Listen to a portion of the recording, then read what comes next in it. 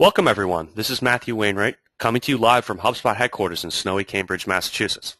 It's my pleasure to introduce to you today Paul Roetzer, founder of PR 2020, who will be presenting today the Indispensable Agency. PR 2020 is, in fact, HubSpot's very first agency partner. They're currently a gold tier partner, and Paul has presented on the agency track at the Inbound conference and is the author of The Agency Blueprint, which our own HubSpot co-founder, Dharmesh Shah, called the Insider's Guide that should be required reading for anyone in building a next-generation marketing firm. Paul joins us from PR 2020 headquarters, steps away from Progressive Field, home of the Cleveland Indians, right in Cleveland, Ohio, on America's North Coast. You can also get the conversation going on Twitter using the hashtag Indispensable Agency. That's hashtag Indispensable Agency. On today's call, we've got a great mix of existing partners, agencies that may be considering partnership with HubSpot, and people who just like to hear other smart people talking about marketing data. I'd like to welcome all of you. And with that, here's Paul. All right, great. Thank you so much. As you kind of went through, we're going to do the presentation. We'll leave a few minutes at the end for Q&A, and then we'll hopefully keep that conversation going on Twitter. So the idea today is to talk about opportunities that exist for growth with marketing agencies, and specifically how agencies can take advantage of gaps that exist in talent, technology, and strategy on the client side to grow your business. So many of you have either heard of or probably read the Marketing Agency Blueprint. It came out in right at the beginning of 2012, basically, end of 2011, beginning of 2012. And in that book, we talked about 3 catalysts that were driving transformation in marketing and specifically within the agency ecosystem.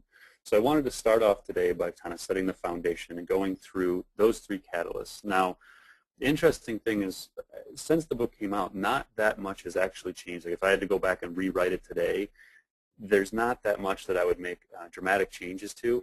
However, the first catalyst, this idea of change velocity, has only become more of a reality.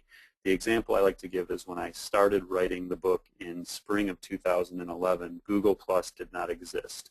By the time I was going through second revision rounds with the publisher leading into that summer, Google Plus was the fastest growing network in history.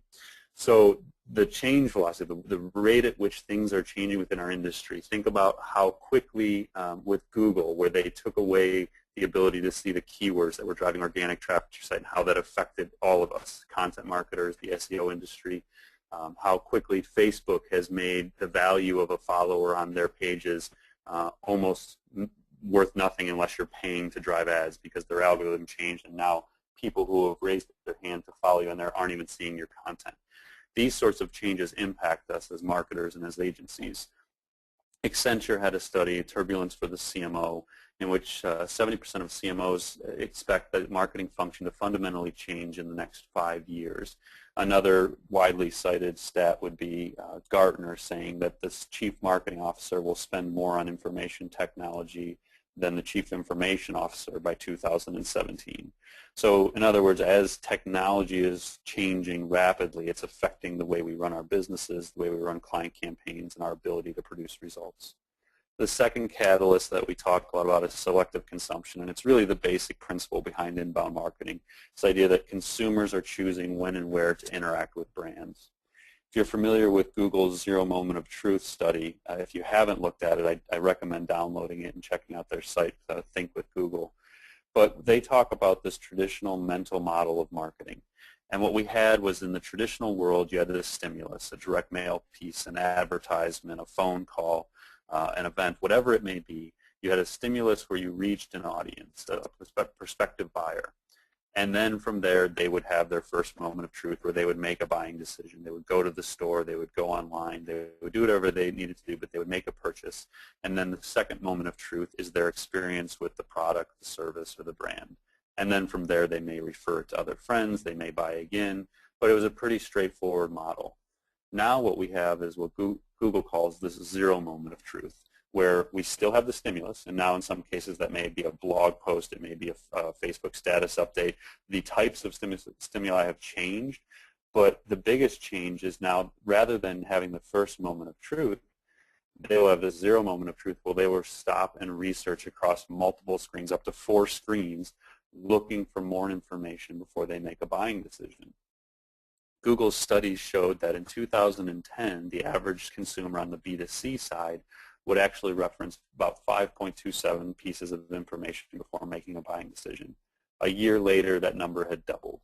Now, this is the most current research Google has out there, but you can only imagine that that number has increased in magnitude again in 2012, 2013, and now into 2014.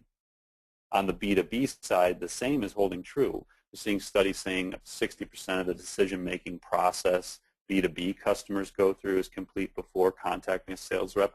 And in Jay Baer's book Utility, I believe he cites a source that says 70% of that process. So again, it's a significant portion of the decision-making process on both B2B and B2C that's happening before people ever contact a company.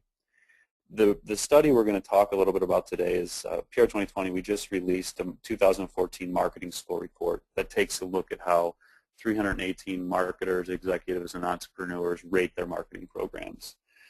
What we found is that we know that 60 to 70% of B2B consumers are looking for all this information and completing the buying process before they ever contact a rep, and yet this data tells us 51% of B2B companies still are not using webinars, 43% of B2B companies are not publishing ebooks, and 17%, amazingly enough, still aren't blogging.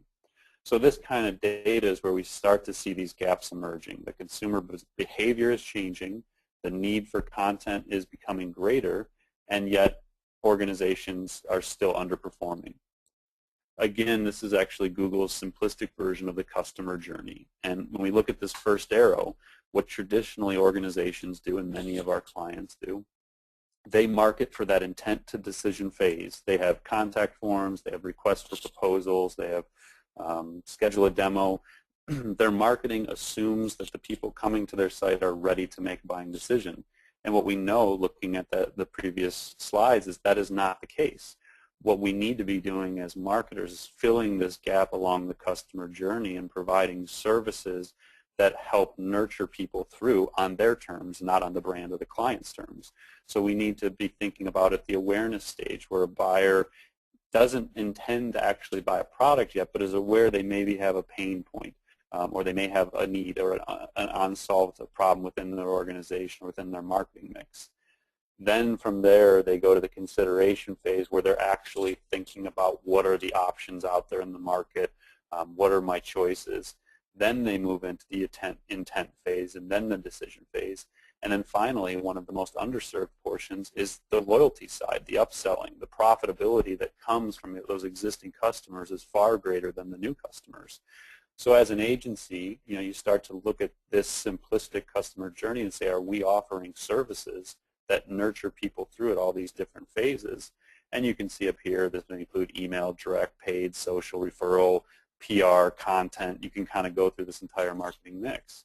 And so that new marketing mix looks a little bit more like this. We have analytics, marketing automation, coding, or development, app development, web development, digital ads, email, mobile, search, social.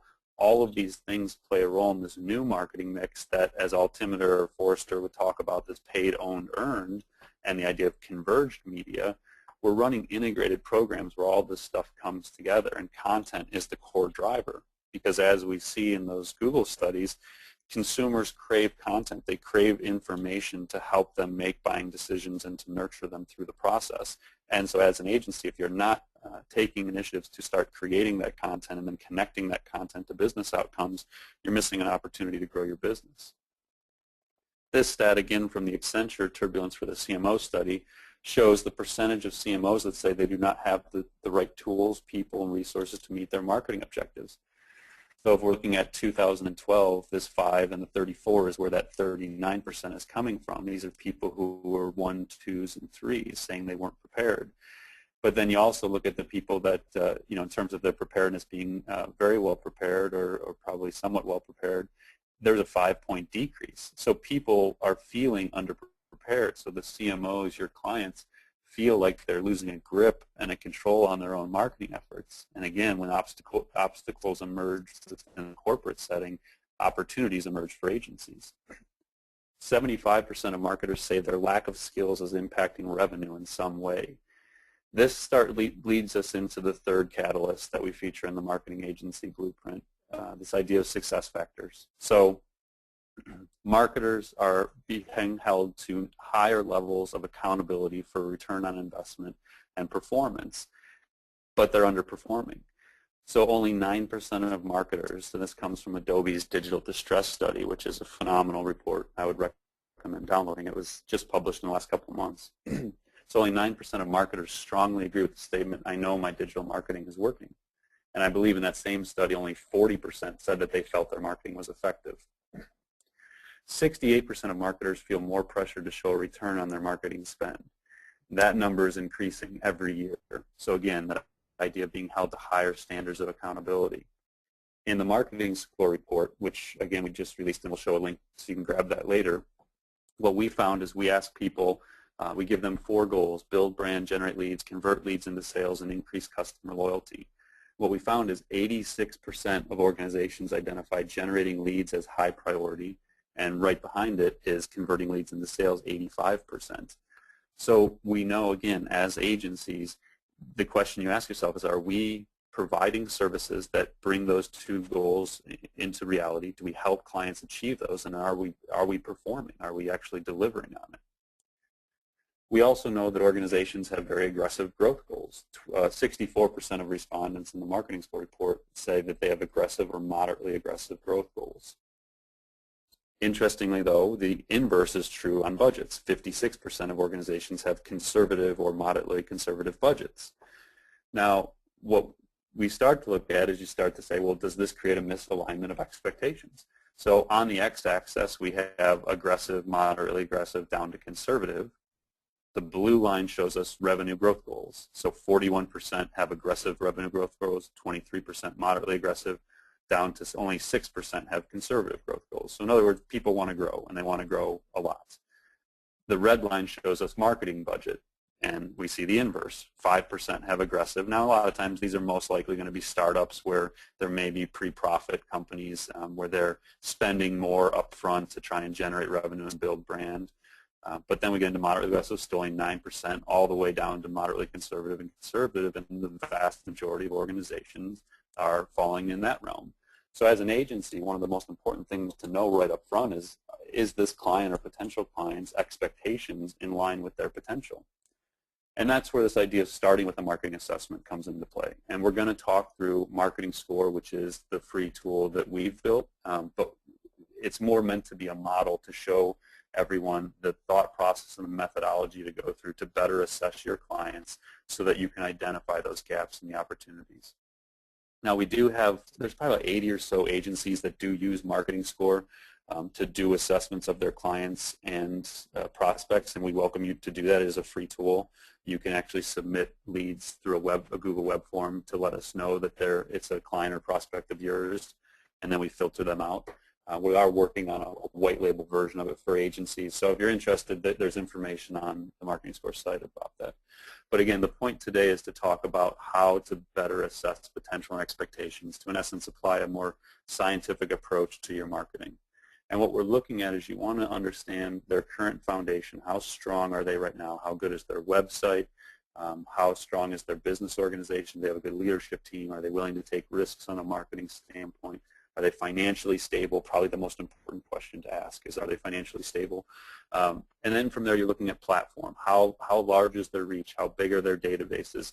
If they have high expectations for growth, how realistic is it to achieve those expectations based on their current platform or reach? And that's begin to expectations, potential, and then aligning strategies. So the way the Marketing Score assessment works is it's subjective analysis where you're having internal stakeholders, CMO, marketing managers, marketing directors, VPs, potentially salespeople, C-level, CEOs maybe. You're having them go through and do their own assessment of how they perform in these different areas. The assessment includes 10 sections, 27 profile fields, and 132 factors. And then it's based on the principle that every factor can be boiled down to one of 3 things. An escalator is 0 to 5 ranking, meaning it's a weakness. Neutrals are 6s and 7s, and then 8s and 10s are assets. And you can see over here screenshots of how the tool works. This is the marketing technology section. There's a slider scale to do the rating, and then it produces these visuals for the person taking the assessment so they can see how they graded themselves. So the data we're going to look at today is based on 318 what we would consider engaged members, or people who completed 95% or more of the assessment. The goal, though, is to show you that there are these enormous gaps. So on average, out of 100%, the average overall marketing score is of 42%. And this is by section total. So each section also has a score. There's 10 sections, and you can see down the left-hand column, the y-axis, what those sections are. And we can see that business and marketing cores are by far the strongest. So people are confident in their foundations. Where they start to lose confidence is as we talk about marketing team, technology utilization, overall performance, diversity of lead sources, and then some of the specific strategies that would be enacted to make those happen. And one of the most interesting findings to me is content marketing is the lowest rated section by far, with 6 of the lowest 10 rated factors out of 132 coming from that section.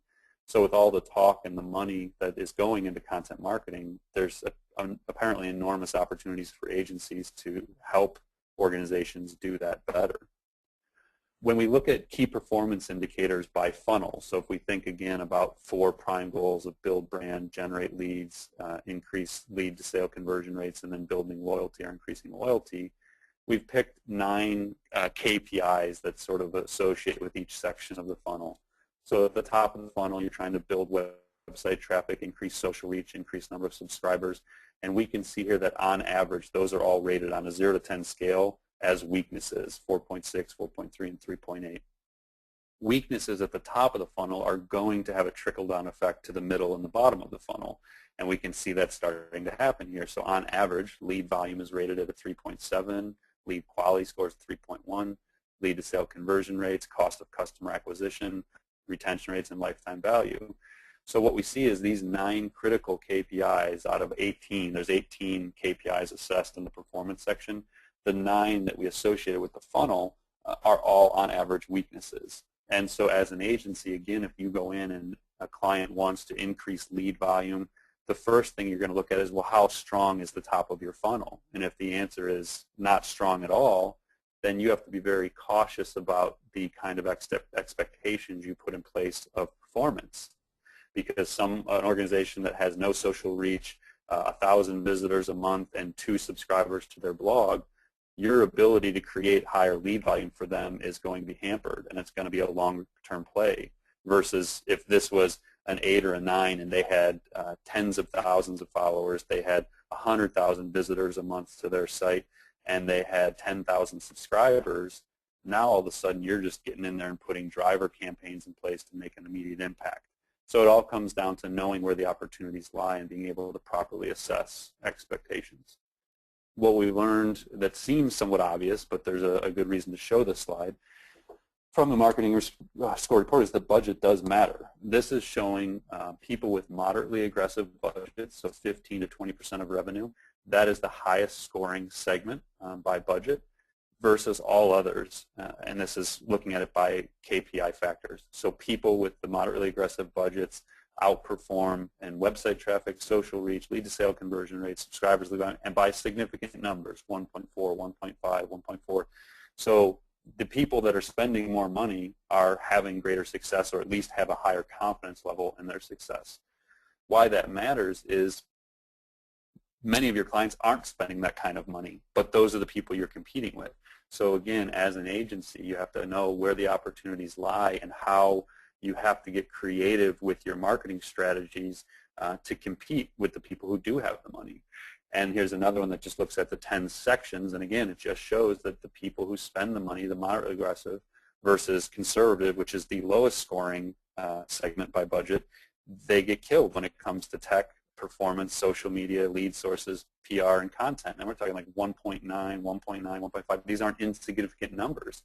So the organizations with the money are outperforming the organizations that don't spend the money. And so you just need to know what kind of client you have and what kind of budgets you're given as an agency to make this stuff happen. So you, again, can get into setting realistic expectations. Now, you can imagine that if we have 27 profile fields and we have 132 factors, and we now currently have almost 1,000 people who've taken this assessment through Marketing Score, we can run some pretty interesting correlations. And so one of the ones that jumped out to me was looking at lead to sale conversion rates. Since we know 85% of organizations say it's a high priority to improve lead to sale conversion rates, what we found, though, is organizations that have sales cycles greater than 12 weeks, which is a lot of times going to be B2B companies with higher priced products or longer term implementations, things that would affect the sales cycle, they underperform the all-member average significantly in lead to sale conversion rates. So the people that you would think would be investing the most in content, the most in automation, the most in nurturing people through this long sales cycle are actually doing the least. So blogging, they're 25% below average in blogging. They're 27% below average in utilization of marketing automation, 38% below average in ebooks. And by the way, the average isn't good. So a 1.5 out of 10 is the average rating for an organization with a sales cycle of greater than 12 weeks.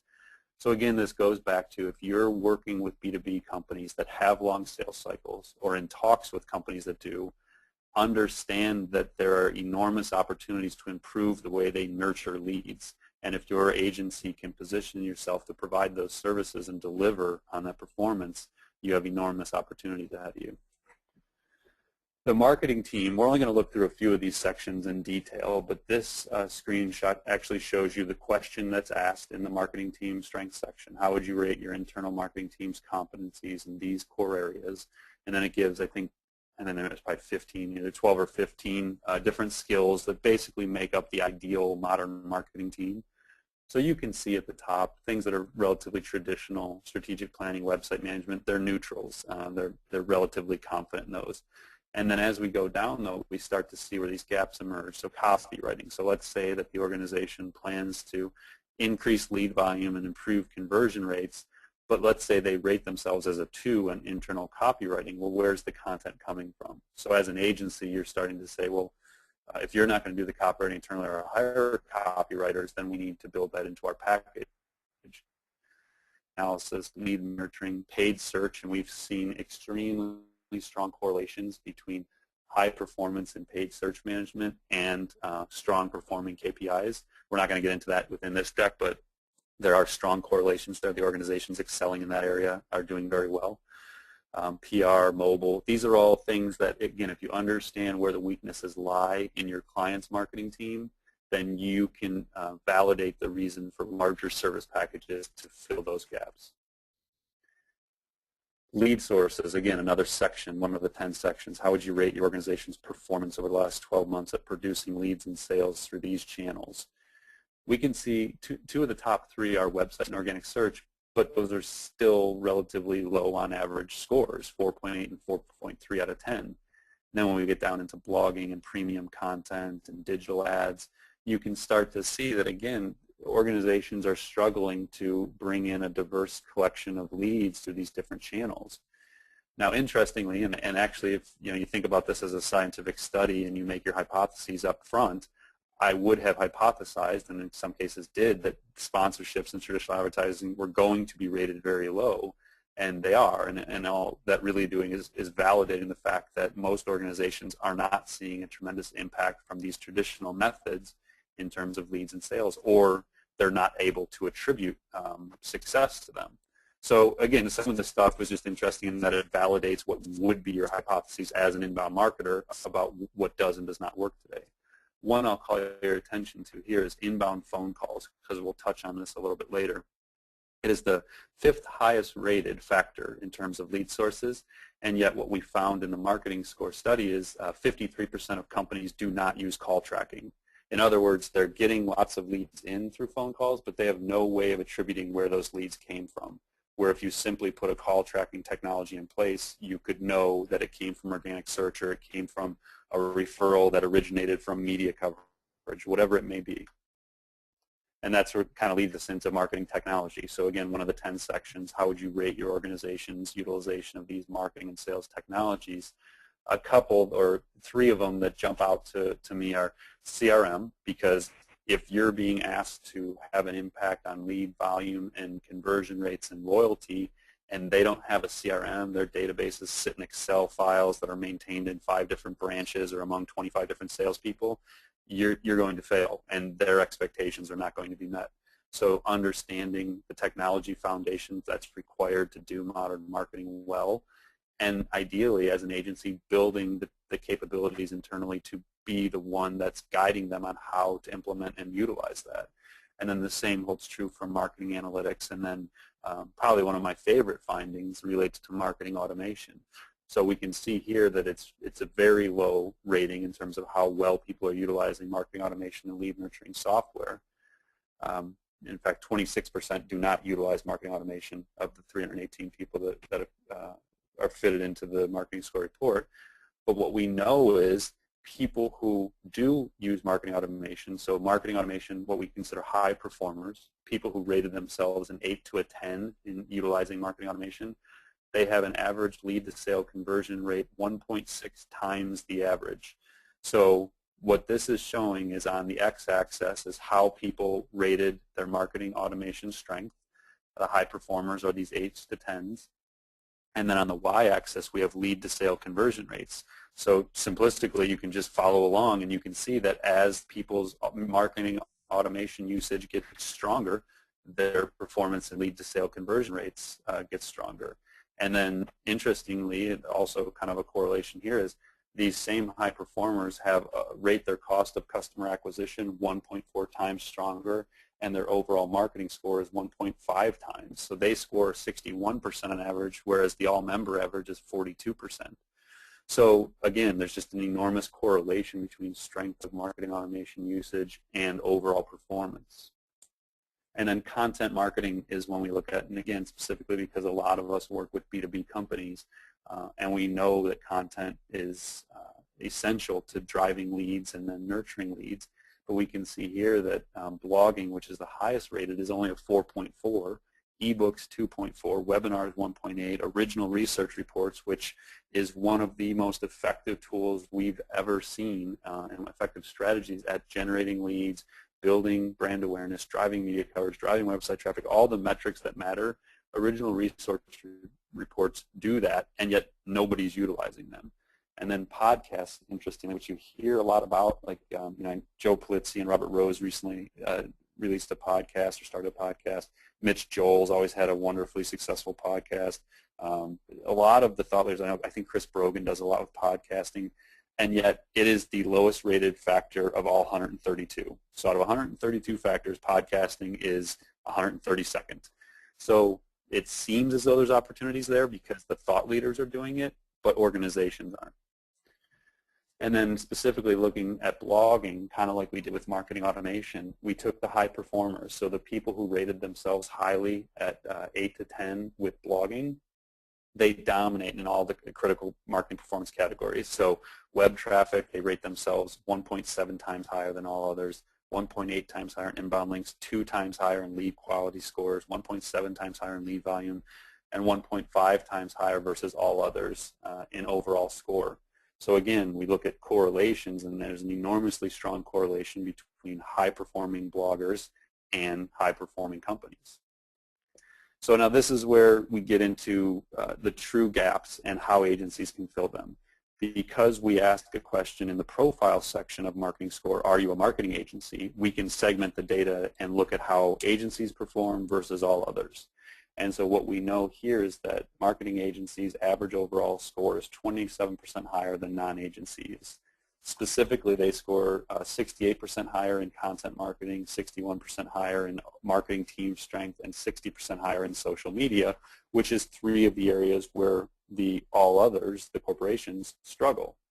So as an agency, you start to think about, okay, where are these gaps that my clients and my prospective clients have? Does my agency have strengths in where they're weak? And if so, what are we doing to meet the needs? So in closing, we think about these in terms of gaps. We have a talent gap where clients lack the internal team strength to do what needs to be done. There's a technology gap where they either don't have the right technology, aren't fully utilizing it, or if you're working with large enterprises, they potentially have best in class of everything, but none of it's integrated. And then because there's a talent and technology gap, there's an inevitable strategy gap because people can't build the proper strategies without the right people and the right tools. And the most important of all, this creates a performance gap. And so organizations are underprepared and underperforming, which means that agencies can step in and fill those gaps. And so the three main takeaways are, as an agency at a high level, think about developing versatile talent that's trained in these high demand areas. Become adept at the marketing technology integration. So don't rely on other firms to understand CRM and marketing automation and marketing analytics.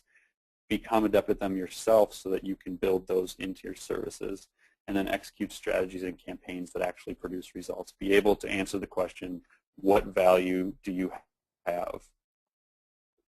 And so again, the marketing score report we mentioned, there's a bit.ly link to it. It is hosted on themarketingscore.com. You can go to the blog and it's there, but there's a shortened version here with bit.ly. This will take you right to the report. I certainly welcome your feedback and thoughts, and welcome you to try out Marketing Score for yourself. And if you think it's a fit to use for your clients, we welcome you to join the agency program there as well. And we're going to be building out some more features and functionality for agencies in the first quarter of 2014. So stay tuned there. And just want to again thank everybody for taking part and listening in, and thank Matthew and HubSpot for setting everything up. And with that, I'm actually going to turn it back over to Matthew to do some Q&A. Great stuff, Paul. I think we should let Paul take a get a well-deserved glass of water there. And while he does that, and before we get the Q&A segment of the presentation started, I wanted to get the call to action here. If you're interested in checking out more resources to help you transform your agency into an inbound agency, check out the resources available at the bit.ly link on the top. That's bit.ly/agency library for a lot of great resources. If you're also interested in having a conversation with one of the HubSpot specialists about becoming an agency partner and putting Paul's recommendations into practice, please check out the lower bit.ly link, bit.ly/talk-to-HubSpot. And if you'd like to check out the marketing score for yourself, Paul already presented that information. But immediately at the end of the conclusion of this seminar, you'll be redirected there. And with that, let's get to some of the questions that have been coming in. Paul, you finished that water yet? I'm good. All right. First question, great question. What were the demographics of people surveyed, or where could somebody go to find this information? So the report is hosted on SlideShare. It's ungated, so it's free to look at on SlideShare, or you can download the PDF directly from SlideShare.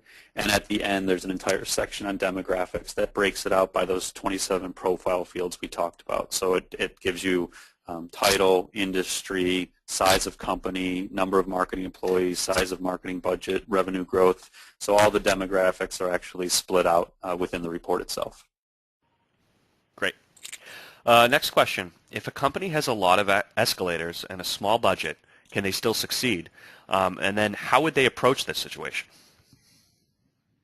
Absolutely, and I think, again, it's all about, like, we think about marketing as outthinking versus outspending.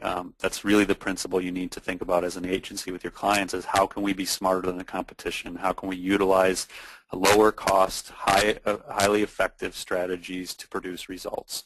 And that's things like we can start to see through some of this data is intelligent use of marketing automation is obviously key. Creation of high-quality content that draws people in throughout the customer journey is essential. These aren't things where you need million-dollar media buy budgets. They're things where you just have to be smarter and you have to create high-quality persona-based content. And so, yes, the underdogs and the innovators can win, and in a lot of cases are actually at an advantage. I tend to sometimes view larger budgets almost as a crutch, and it can create a false sense of security, really. And so to me, the ones that are scrapping and trying to get every value out of every dollar are often actually at an advantage because they tend to be more creative and clever with the use of their dollars. Great. I think you addressed this at one point, but let's just reiterate. If an agency professional wanted to use the marketing score for business development, how would they do that? And then are there still plans to roll out the white label version for agencies? Yeah, you can go to themarketingscore.com, and there's actually a tab at the top that's for agencies, and it tells you kind of a three-step process of how to join the program and how to submit contacts. And it follows, if there's any HubSpot VARs on the webinar, it's a similar process where you basically just submit the lead. You let us know that you're submitting a contact or a client to the system, and then we actually filter them out of any promotions specific to our agency. So while it is a PR 2020 branded tool, it's a very subtly branded tool, and it's meant to be more of a tool for the agency ecosystem at large. And it's really more of a data play in our situation, because while there's almost 1,000 members already, the reality is as an agency, we're only going to take a certain number of new clients every year, and it's a very small number. We have a very controlled growth plan on the service side of our business. So if that tool starts to create hundreds or thousands of opportunities, those opportunities will actually end up being filtered back into select agency partners in the ecosystem, because we're not, as an agency, going to keep all those opportunities. Okay. Based on the talent section of your presentation, it sounds almost as if agencies should hire generalists. What core traits do you look for in your own hires? Yeah, in the marketing agency blueprint book, we talk about hybrids being the key in the future. And there's a lot of interesting data to support this idea that, generally speaking, that specialists are still of great value, and they will have enormous roles in where we're going as an agency ecosystem and as a marketing industry. But the belief is that the CMOs, the people that will control the dollars and the influence in the industry, are going to have capabilities across multiple disciplines. They're going to know how to build a strategy around a content campaign. They could write the ebook if they need to. They could coordinate design. They can plan the marketing automation behind it, including email workflows, A/B testing of landing pages, how to segment databases based on behavioral triggers. These are things that are essential to know to be a true strategist and marketer nowadays. And so our feeling is that's the type of talent that is now in high demand and will only increase in demand. But there's some great studies out there that show where the industry is going. And so my advice to agencies would be, yes, generalists or hybrids are probably the key to the future. They have the ability to do some of those different skills I've already mentioned, but really copywriting is core competency, analytical thinking, the ability to build sound strategy, and then a lot of just the intangibles like highly motivated, craving learning at all times throughout their career. Those are some of the basic things that are essential to success today. Cool. What resources exist to help marketers grow their skills and stay on top of the new trends? There's a lot of free resources that are great. We require Google Analytics training for all of our agency professionals because it teaches that core analytical and strategic capability specific to digital marketing. Obviously, HubSpot offers a ton of free education and training through their academy. We're a subscriber to Treehouse. I think it's Team Treehouse is the website, but it enables you to basically pick what you're interested in and develop some of these more modern marketing skill sets.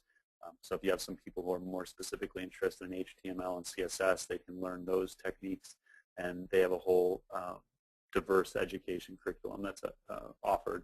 Then you also have things like MIT and Harvard, and there's a lot of universities that are getting in the game and starting to offer online education. Khan Academy would be another. So I would say you just, as an agency, need to build your own internal academy through a mix of proprietary training of your own processes, and then take advantage of all the best stuff that's available out there for free, and even some paid stuff like Online Marketing Institute offers a lot of classes in this area. This is a two-parter here. First, how do you get buy-in from clients to implement technology solutions? And then the second part of that question is, what is the most critical piece of technology to achieve success, in your opinion? So for us, buy-in oftentimes comes from them telling us where the gaps exist. So we have them go through, take marketing score assessment. They show that they're poor in terms of utilization in critical areas. They tell us our goals are, let's say, lead gen and conversions. They show us where they're weak in terms of their own team and their current performance metrics. And so we basically say, okay, in order to achieve what you've said, and accepting that your weakness is here, the only way to get where you want to go is to improve your technology, and here's how we do that, and here's what it costs. So oftentimes what happens is when you put it back on people and say, you're the one telling us you need this technology, we're simply telling you how to do it, it's a very easy sell at that point. And then to me, they're all critical, but again, if you look at that marketing automation high performer slide, it's so important, and obviously email becomes a piece of that, so email kind of fits into there.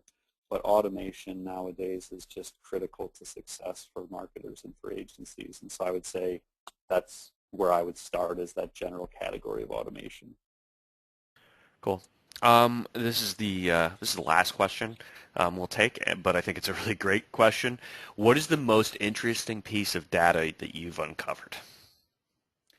So there's definitely, again, if we go back and think all the correlations you could draw by industry, by company size, there's tons of fascinating things, and there's literally hundreds of pivot tables we have with hundreds of thousands of columns of data.